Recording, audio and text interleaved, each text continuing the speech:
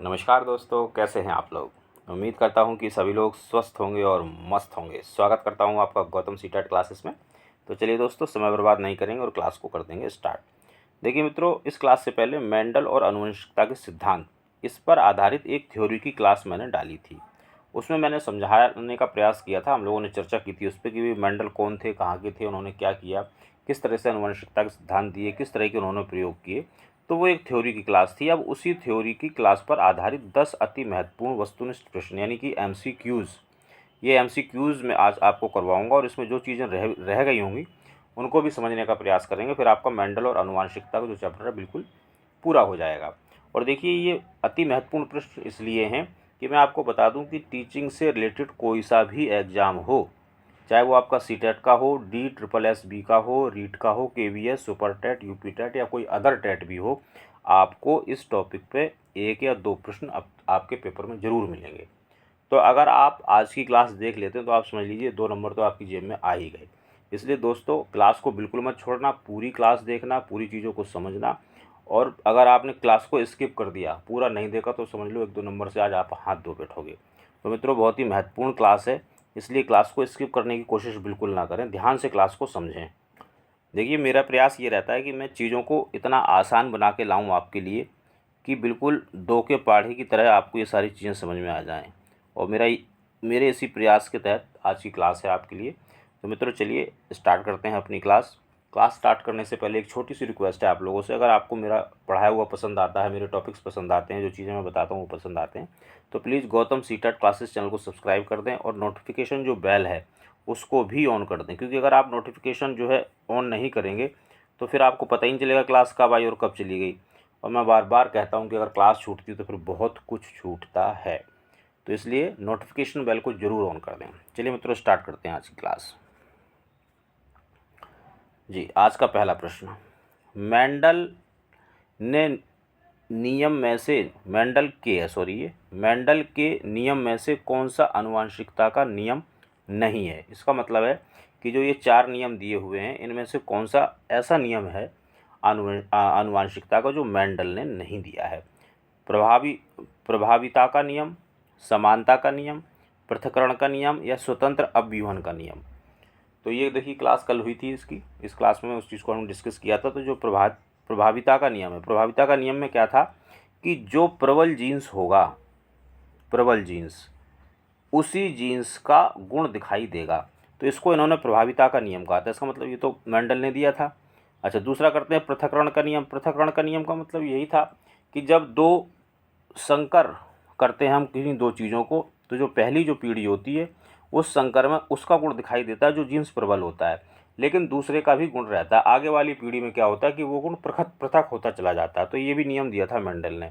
स्वतंत्र अपव्यूहन का नियम का मतलब ये था कि जो संकर पीढ़ी होती है उसमें सब अपना गुण बनाए रखते हैं और उसको, जो उनका मूल रूप होता है, उसको प्राप्त करने की कोशिश करते हैं।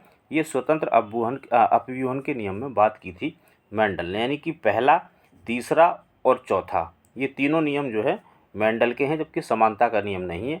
तो इस प्रश्न का उत्तर आ जाएगा बी। अगला प्रश्न देखेंगे, मेंडल ने अपने आनुवंशिकता संबंधी नियमों का किस वर्ष प्रकाशन किया। 1865, 1866, 1876 या 1877 में। तो भाई देखिए, जो मेंडल थे उन्होंने जो अपने जो नियम दिए थे वो 1866 में दिए थे। 1866 में उन्होंने अपने नियमों को प्रकाशित करवाया था, लेकिन उस टाइम पे किसी वजह से कुछ चीज़ों का जवाब मेंडल नहीं दे पाए थे। जब ये चीज़ें पूछी गई थी तो इनके नियमों को अस्वीकार कर दिया गया था, लेकिन बाद में फिर लगभग 34 साल बाद इनके नियमों को मान लिया गया था। 1866 में पहली बार इन्होंने अपने नियमों का प्रकाशन करवाया था। मेंडल कहाँ के निवासी थे भाई? अमेरिका के, ऑस्ट्रेलिया के, ऑस्ट्रिया के या जर्मनी के? ये तो मैंने कल ही क्लास में बताया, तो फटाफट बताओ चलो कमेंट करके। तो मित्रों, ध्यान रखना, वो ऑस्ट्रिया के निवासी थे, ऑस्ट्रेलिया के नहीं थे, ऑस्ट्रिया के निवासी थे। अधिकतर बच्चे ऑस्ट्रेलिया और ऑस्ट्रिया में कंफ्यूज हो जाते हैं, तो ये ध्यान रखना कि वो ऑस्ट्रिया के रहने वाले थे। अगला प्रश्न देखेंगे, आनुवंशिकता का आधारभूत नियम किसने दिया? गाल्टन, जोहान, ग्रिगोर मेंडल, बीजमैन या डार्विन ने? तो जो अभी हम मेंडल की बात कर रहे थे, तो उनका पूरा नाम जोहान ग्रिगोर मेंडल था और इन्होंने ही आनुवंशिकता का आधारभूत नियम दिया था। जैसा कि मैंने अभी बताया कि 1866 में जब इन्होंने अपनी किताबों को प्रकाशित कराया, अपने जो उनके नियम थे उनको प्रकाशित करवाया, तो इसको मान्यता नहीं मिली थी। इसके बाद 1900 में तीन अलग अलग देशों के लोग थे, नीदरलैंड, ऑस्ट्रेलिया और जर्मनी के, इन्होंने भी आनुवंशिकता पर प्रयोग किए और जो नियम दिए ये वही नियम थे जो ग्रेगर मेंडल ने 1866 में ही दे दिए थे।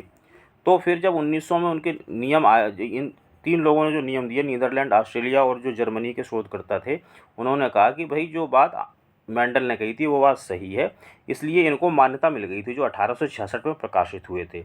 और इनको कहा गया था आनुवंशिकता का आधारभूत नियम। ये किसने दिया? मेंडल ने दिया। मैं समझता हूँ आपको ये बात समझ में आई होगी। अगला देखते हैं। मेंडल ने आनुवंशिकता के सिद्धांत की खोज करने के लिए किस पर प्रयोग किया? चना, मटर, खीरा या सरसों पर? बड़ा आसान है भाई, इसे तो बताओ, कमेंट करो, थोड़ा सा टाइम देता हूँ मैं आपको इसके लिए। और मित्रों, मेरा मानना है कि आप सभी लोग इंटेलिजेंट हैं, सभी लोग समझदार हैं, सभी लोग स्पेशल हैं, तो तैयारी तो कर ही रहे होंगे। बहुत सारे पेपर हैं जो आने वाले हैं और बहुत सारे आ भी गए हैं। कुछ मैं बता दूं दोबारा से कि स्पेशल एजुकेटर की इस वक्त पोस्ट निकली हुई है। जिन बच्चों ने स्पेशल डाइट या बीएड कर रखा है वो डीएसएसबी में इस पोस्ट को भर सकते हैं। 14 अप्रैल इसकी लास्ट डेट है। ये थोड़ी सी इन्फॉर्मेशन इसलिए दे दी कि मान लो किसी को ध्यान नहीं है तो वो बच्चा इस फार्म को भर देगा। और अगर मैं बात करूं आपका रीट का, तो रीट का पेपर आपको पता ही है 25 अप्रैल को होना था, जो कि अब पोस्टपोन्ड हो गया और हो सकता है अभी इसके फार्म दोबारा से निकल जाएं। जिन बच्चों ने नहीं भरे वो ही भर दोगे। अगर ऐसा कुछ आएगा तो मैं आपको बता दूंगा। चलिए, बहुत सारा समय दे दिया, बात करते हैं अपने मेंडल की। मेंडल ने आनुवंशिकता के सिद्धांत की खोज के लिए किस पर प्रयोग किया? चना, मटर, खीरा या सरसों? तो भाई इसका आंसर है मटर। ये एक पादरी थे और पादरी थे, चर्च में रहते थे। पीछे एक वाटिका बना रखी सी छोटी सी, पेड़ पौधे उगाने का शौक था इनको, तो वहाँ पे इन्होंने मटर बोए और संकर बीज बोए और 2-3-4 पीढ़ियाँ इन्होंने देखी। इसके बाद आनुवंशिकता के जो नियम थे वो दिए थे। अगला प्रश्न देखेंगे। जो गुण पहली संकर पीढ़ी में दबा रहता है वह समाप्त नहीं होते, बल्कि बाद की संकर पीढ़ी के कुछ सदस्यों में दिखाई देते हैं। यह कथन आनुवंशिकता का कौन सा सिद्धांत दर्शाता है? यानी कि मान लो एक तो है ए और एक है बी, इन दोनों का संकर करवाया और फिर एक नई चीज़ बन के आई सी। अब इस सी में गुण दिखाई देगा, किसका? ए का या बी का? तो भाई गुण उसका दिखाई देगा जो प्रबल जीन से। मान लो ए का गुण दिखाई दे रहा है इसमें, सी जो है ये ए की तरह लगता है देखने में, तो फिर बी कहाँ गया? बी भी इसके अंदर है, वो ये कहना चाह रहा है।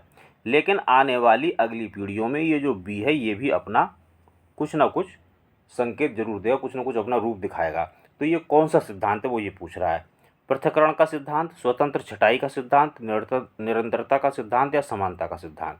तो भाई मेंडल के अनुसार ये पृथक्करण का सिद्धांत है। ये मैंने पिछली क्लास में पढ़ाया था।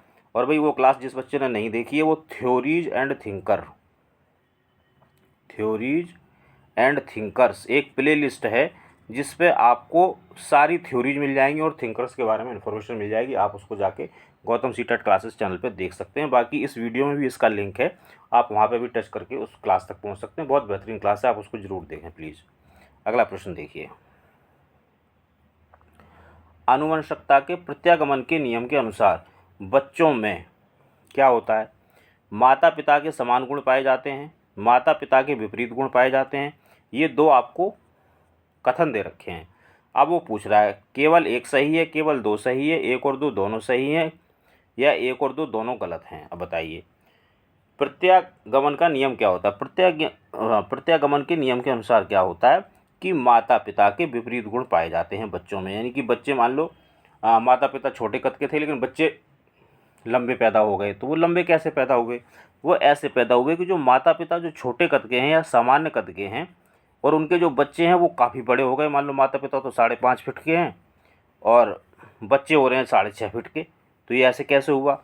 तो ये प्रत्यागमन का नियम है। यानी कि ये जो माता पिता हैं तो या तो उसके दादा दादी, माता के हिसाब से नाना नानी, पिता के हिसाब से दादा दादी, कोई ना कोई उनके खानदान में पीछे जाके उसकी हाइट लंबी रही होगी, तो वही गुण दोबारा से प्रदर्शित हो गया। इसको प्रत्यागमन का नियम बोलते हैं। तो इसका मतलब इसमें ये जो दो है यानी केवल दो, ये सही है, बी इसका आंसर रहेगा। अगला प्रश्न देखेंगे। वंशक्रम का बीज कोश की निरंतरता का नियम के प्रतिपादक कौन थे? तो भाई ये मेंडल थे, गाल्टन थे, बीजमैन थे या थॉर्नडाइक थे? फटाफट बताएं।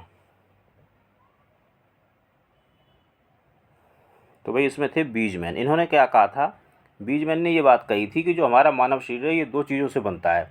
एक तो होता है कायकोश, कायकोश। कायकोश का काम क्या होता है कि ये जो शारीरिक हमारा गठन होता है उसका निर्माण करता है। और एक होता है बीजकोश। बीजकोश बोलो इसको या उत्पादक कोश बोलो, उत्पादक कोश। उत्पादक कोश जैसे जो मनुष्य के जो स्पर्म सेल होते हैं उनको कह लो, या महिलाओं में जो ओवम होता है, ये उत्पादक कोश होते हैं। तो ये उत्पादक कोश में क्या होता है कि इसमें जो वंशानुक्रम की सूचनाएं होती हैं जीन्स के माध्यम से छुपी होती हैं, और ये उत्पादक कोश एक माता पिता से उनके बच्चों में, बच्चों से उनके बच्चों में, बच्चों से उनके बच्चों में ये ट्रांसफ़र होता रहता है। तो ये बीज कोश की निरंतरता का नियम है। ये दिया था बीजमैन ने। अगला प्रश्न देखेंगे। निम्न में से कौन वंशाक्रम के नियम से संबंधित नहीं? यानी कि इन चारों में से ऐसा कौन बंदा है जिसने वंशक्रम या अनुवंशिकता का नियम नहीं दिया है? बताएं। बड़ा आसान है भाई। बीजमैन दिया है, लेमार्क दिया है, डार्विन, मेंडल। मेंडल ने तो दिया ही दिया, तो डार्विन ही आंसर हो गया। देखिए डार्विन जो थे उन्होंने विकासवाद की थ्योरी दी थी, विकासवाद की थ्योरी दी थी, और ये बात कही थी कि भाई जो फिट है, फिटेस्ट विल सर्वाइव। डार्विन ने ये बात कही थी, उन्होंने आनुवंशिकता की बात नहीं की थी। तो आंसर हमारा सी हो जाएगा। अगला प्रश्न देखेंगे। किस नियम के अनुसार माता पिता द्वारा अपने जीवन में अर्जित किए जाने वाले गुण उनकी लिखा हुआ उनकी संतान को प्राप्त होते हैं? समानता का नियम, विभिन्नता का नियम, संक्रमण का नियम या प्रत्यागमन का नियम? बताएं भाई। बहुत बढ़िया प्रश्न है, ये पेपर में कई बार आया है, आज आपके सामने आया है। देखिए समानता का नियम यानी कि जैसे माँ बाप होंगे वैसे ही बच्चे होंगे। विभिन्नता का नियम, माता पिता से बच्चे भिन्न होंगे। प्रत्यागमन का नियम ये भी लगभग होता है कि भाई जो माता पिता हैं उनके गुणों के विपरीत गुण चले जाते हैं, तो ये तो है नहीं। संक्रमण का मतलब ये होता है कि जो माँ बाप के अंदर है वही बच्चे में संक्रमित हो रहा है, जा रहा है। तो ये संक्रमण का नियम है कि जो माँ बाप ने गुण अर्जित किए हैं, जैसे अर्जित करने का मतलब मान लो जैसे सचिन तेंदुलकर है, अब भाई उसके पापा तो खेलते नहीं थे क्रिकेट, लेकिन वो खेलता है क्रिकेट, सचिन तेंदुलकर, तो उसने एक गुण अर्जित कर लिया क्रिकेट खेलने का। तो ये गुण जो है अब अर्जुन तेंदुलकर में भी आ गया। कुछ ना कुछ तो बाय बर्थ भी होगा उसको खेलने में, जो जो उसकी रुचि है वो बाय बर्थ भी होगी क्योंकि उसको हेरिडिटी वही मिली है, तो ये ट्रांसफ़र हो गया। तो इसी को कहते हैं संक्रमण का नियम।